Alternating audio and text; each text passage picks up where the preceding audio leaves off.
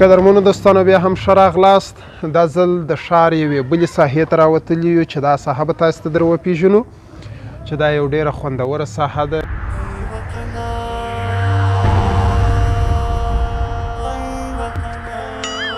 چشکه ستړی مه سې.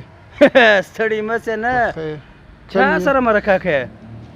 مرکه دا د ښار دا ښکلا معرفي کوم، دا خپرونه ده، وطن خپرونه ده، دا علاقه معرفي کوم. ښه ما چلو ته د یو چا سره مرکه کوې د ښار ښکلا؟ ښه د ښار ګرده خلک دې سره خلاص کړو اوس یوازې د ښار سره مرکه کوې؟ وایي ښه وایي ما خو ته د مرکو سره ما خو ته د مرکو سره منې کړې وې، ته ولې راوتلی بیا مرکه وایي که؟ مرکه خو دا زما وظیفه ده. ما درته وویله چې دا د ښار ساحه زه باید معرفي کړم. چشکه نازک یې که پنډ یې؟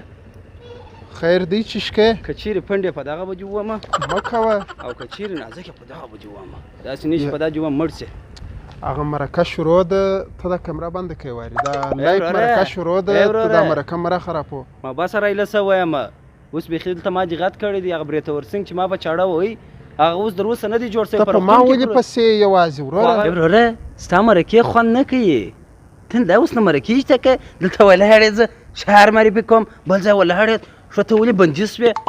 ګوره دا ښار اوس خلکو ته غلط معرفي کوي، نه دې پرېږدم. اوس په کومې وجې ووایم؟ مه کوه دا څه کوې؟ ورېږه